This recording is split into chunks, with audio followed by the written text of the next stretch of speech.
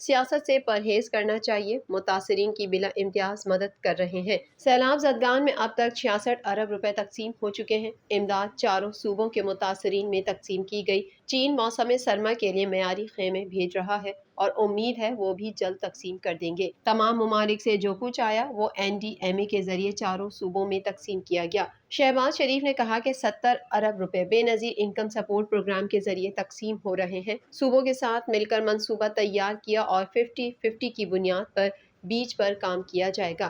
سندھ نے کام کیا، بلوچستان نے بھی خود منصوبہ ترتیب دیا، لیکن گزارش کے باوجود پنجاب اور خیبر پختونخوا نے بیج لینے سے انکار کیا۔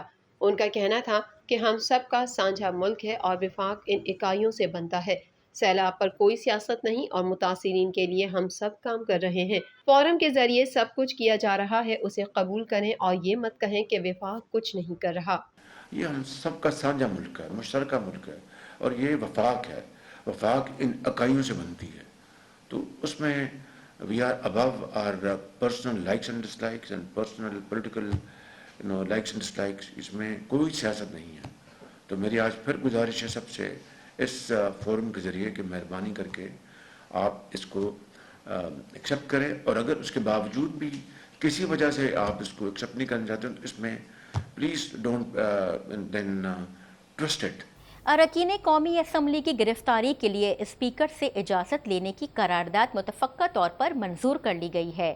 دیگر احوال اس رپورٹ میں۔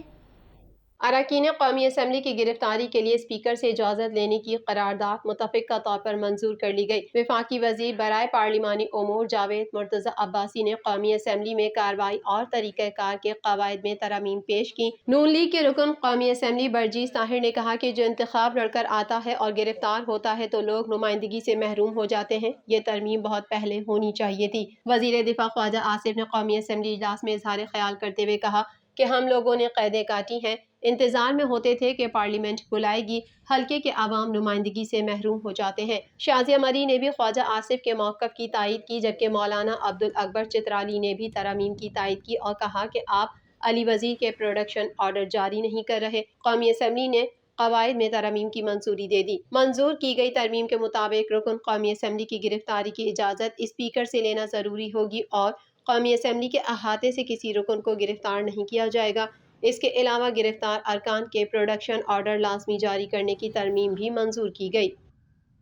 چیف جسٹس عمر عطا بندیال نے کہا ہے کہ اگر کسی سیاسی لیڈر نے ہمارے حکم کی خلاف ورزی کی تو اس کے سنگین نتائج برآمد ہوں گے۔ تفصیل جاننے کے لیے دیکھتے ہیں یہ رپورٹ۔ سپریم کورٹ میں عمران خان کے خلاف وفاقی حکومت کی جانب سے توہین عدالت کی درخواست کی سماعت ہوئی۔ سماعت chief justice Pakistan justice Umar Ata Bandial کی سربراہی میں 5 رکنی لارجر بینچ نے کی، جن میں جسٹس اعجاز الحسن، جسٹس منیب اختر، جسٹس یحییٰ خان آفریدی اور جسٹس محمد علی مظہر شامل تھے۔ سماعت شروع ہوئی تو اٹارنی جنرل اشتر اوصاف نے کہا کہ وزارت داخلہ نے عمران خان کے خلاف توہین عدالت کی درخواست ہے۔ سپریم کورٹ میں عمران خان نے لانگ مارچ کے لیے اسلام آباد ہائی کورٹ میں درخواست دی تھی۔ اس درخواست کی سماعت کے دوران عدالت کو یقین دہانی کرائی گئی، لیکن یقین دہانی کے باوجود عمران خان نے کارکنان کو ڈی چوک کی کال دی۔ اٹارنی جنرل نے کہا کہ رپورٹس میں آیا کہ PTI لیڈرشپ نے یقین دہانی کی خلاف ورزی کی۔ متعلقہ اداروں نے رپورٹ سپریم کورٹ میں جمع کرائیں، مجھے ان رپورٹس کی کاپی نہیں مل سکی۔ چیف جسٹس عمر عطا بندیال نے کہا کہ رپورٹس کی کاپی آپ کو فراہم کر دی جائے گی، آپ کو کاپی ملنے کے بعد دوبارہ سماعت کریں گے۔ سپریم کورٹ نے عمران خان کے خلاف توہین عدالت کیس کی سماعت آئندہ بدھ تک ملتوی کرتے ہوئے اٹارنی جنرل کو عمران خان کے سابقہ احتجاج سے متعلق عدالتی حکم پر جمع شدہ ایجنسیوں کی رپورٹس فراہم کرنے کا حکم دے دیا۔ چیئرمین تحریک انصاف عمران خان نے کہا کہ کفر کا نظام چل جائے گا، ظلم و ناانصافی کا نظام نہیں چل سکتا۔ جب یہ لوگ میرا نام سنتے ہیں تو ان کی کانپیں ٹانگ جاتی ہیں۔ چھوٹا چور جیل میں اور بڑے کو NRO دے دیتے ہیں۔ مزید جانتے ہیں اس رپورٹ میں۔ جامعہ سرگودھا میں پنجاب IT بورڈ کے تعلیم اور ہنر ساتھ ساتھ پروگرام کے تحت منعقدہ تقریب میں شریک طلباء سے خطاب کرتے ہوئے چیئرمین PTI عمران خان نے کہا کہ گورنر پنجاب کو کس نے اجازت دی کہ سیاسی لیڈر کو طلباء سے خطاب سے روکیں۔ گورنر پنجاب سے کہتا ہوں طلباء ملک کا مستقبل ہیں۔ انہوں نے گورنر پنجاب کو مخاطب کرتے ہوئے کہا کہ حکمرانوں کو نہ سنیں، مجھے 50 سال سے لوگ جانتے ہیں۔ عمران خان کا کہنا تھا کہ میں آکسفورڈ یونیورسٹی میں 3 بار خطاب کر چکا ہوں اور اب پھر دعوت ملی ہے۔ اگر لیڈر یونیورسٹی نہ آئے تو طلبہ کی سیاسی تربیت کیسے ہوگی؟ یہاں تو مولانا فضل الرحمان بھی آ سکتے ہیں، شہباز شریف یہاں آئیں گے تو پیسے مانگنا شروع کریں گے۔ بلاول بھٹو کہتے ہیں کچھ اور مطلب کچھ اور ہوتا ہے۔ کچھ سیاستدان عوام کا نام لے کر اقتدار میں آتے ہیں پھر لوٹنا شروع کر دیتے ہیں۔ عمران خان کا کہنا تھا کہ سوئٹزرلینڈ میں خوشحالی کی وجہ وہاں قانون کی حکمرانی ہے۔ ہمارا وزیر اعظم جب پیسے مانگتا ہے تو سارے ملک کی عزت ختم ہو جاتی ہے۔ جیلیں مجبور لوگوں سے بھری پڑی ہیں جبکہ بڑے بڑے ڈاکو آزاد ہیں۔ انہوں نے کہا کہ ہمارے وزیر اعظم پر 16 ارب روپے کی چوری میں سزا ہونے والی تھی۔ اسحاق ڈار نے 2000 میں تحریری بیان حلفی دیا کہ میں منی لانڈرنگ کرتا تھا، انہیں وزیر خزانہ بنا دیا، یعنی بلی کو دودھ کی رکھوالی پر بٹھا دیا۔ یہ الیکشن میں اپنے امپائر کھڑے کر کے بھی ہار جاتے ہیں۔ چیئرمین پی ٹی آئی نے کہا کہ آصف زرداری کو تو بھارت میں مسٹر 10% کہتے ہیں، ان کی کرپشن پر کتابیں لکھی ہوئی ہیں۔ سندھ کے گورنر اور مولا جٹ میں کوئی فرق نہیں، آدھی کابینہ پر چوری کے کیسز ہیں۔ عابد شیر علی کے والد نے کہا کہ رانا ثناء اللہ نے 18 قتل کیے ہیں۔ ملک پر چوروں کو بٹھانا سیاست نہیں، ان کے خلاف اب ہمارا جہاد ہے۔ قومیں پہلے اخلاقی اور پھر معاشی طور پر مرتی ہیں۔ مجھے جب سے میں نے یونیورسٹی چھوڑی 3 دفعہ آکسفورڈ یونیورسٹی نے مجھے انوائٹ کیا ہے، بلکہ ابھی پھر انوائٹ کیا ہے کہ میں یونیورسٹی کے سامنے آ کے ایڈریس کروں۔ سابق وزیر داخلہ عوامی مسلم لیگ کے سربراہ شیخ رشید احمد نے کہا ہے کہ رانا ثناء اللہ کی بھڑکیں ان کے گلے پڑنے والی ہیں۔ 10-15 دن میں پتہ چل جائے گا کہ کال آتی ہے یا کال پڑتا ہے۔ تفصیلات جانتے ہیں اس رپورٹ میں۔ سابق وزیر داخلہ اور عوامی مسلم لیگ کے سربراہ شیخ رشید نے دعویٰ کیا ہے کہ نون لیگ کی پارٹنرشپ ٹوٹنے والی ہے۔ سماجی رابطے کی ویب سائٹ ٹویٹر پر جاری بیان میں شیخ رشید نے کہا کہ ملک کی ساری سیاست اہم تعیناتی کے گرد گھوم رہی ہے اور شہباز شریف شو پیس ہے۔ انہوں نے کہا کہ فیصلے اور رابطے لندن سے ہو رہے ہیں جہاں مایوسی چھائی ہے، جبکہ نون لیگ کی پارٹنرشپ ٹوٹنے والی ہے۔ سابق وزیر کا کہنا تھا کہ اسحاق ڈار چین اور روس کا نام لینے سے پہلے شہباز شریف سے پوچھ لیں، رانا ثناء اللہ کی بھڑکیں ان کے گلے پڑنے والی ہیں۔ 10-15 دن میں پتہ چل جائے گا کہ کال آتی ہے یا کال پڑتا ہے۔ سارہ انعام قتل کیس، مرکزی ملزم کی والدہ کا 2 روزہ جسمانی ریمانڈ منظور۔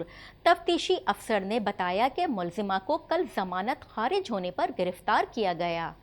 سارہ انعام قتل کیس کے مرکزی ملزم شاہ نواز امیر کی والدہ سمینہ شاہ کا 2 روزہ جسمانی ریمانڈ منظور کر لیا گیا۔ ملزمہ سمینہ شاہ کو پولیس نے سینئر سول جج محمد عامر عزیز کی عدالت میں پیش کیا۔ تفتیشی افسر نے بتایا کہ ملزمہ کو کل ضمانت خارج ہونے پر گرفتار کیا گیا۔ جج نے تفتیشی افسر سے استفسار کیا کہ کیا آپ نے اس مقدمے کا چالان جمع کروا دیا ہے۔ عدالت نے اظہار برہمی کرتے ہوئے ریمارکس دیے کہ 14 روز کا وقت گزر چکا، ابھی تک آپ نے چالان جمع نہیں کروایا۔ تفتیشی افسر نے جواب دیا کہ چالان بن چکا ہے، آج جمع کروا دیا جائے گا۔ تفتیشی افسر نے استدعا کی کہ ملزمہ سے لاکٹ برآمد کرنا ہے، لہٰذا 5 روزہ جسمانی ریمانڈ منظور کیا جائے۔ وکیل ملزمہ ارسل امجد ہاشمی نے عدالت کو بتایا کہ سمینہ شاہ پہلے دن سے ہی پولیس کے ساتھ تعاون کر رہی ہیں اور سمینہ شاہ نے خود اپنے بیٹے کو گرفتار کروایا۔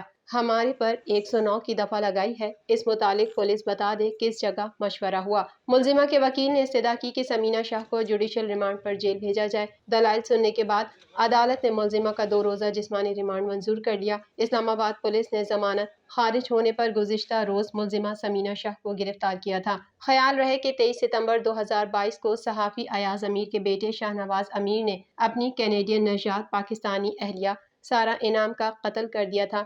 ملزم شاہ نواز امیر نے فارم ہاؤس نمبر 46 میں اپنی 37 سالہ بیوی سارہ کو بہیمانہ طریقے سے قتل کیا۔ مزید خبریں بھی بلیٹن کا حصہ ہوں گی، مگر یہاں لیتے ہیں ایک چھوٹا سا بریک۔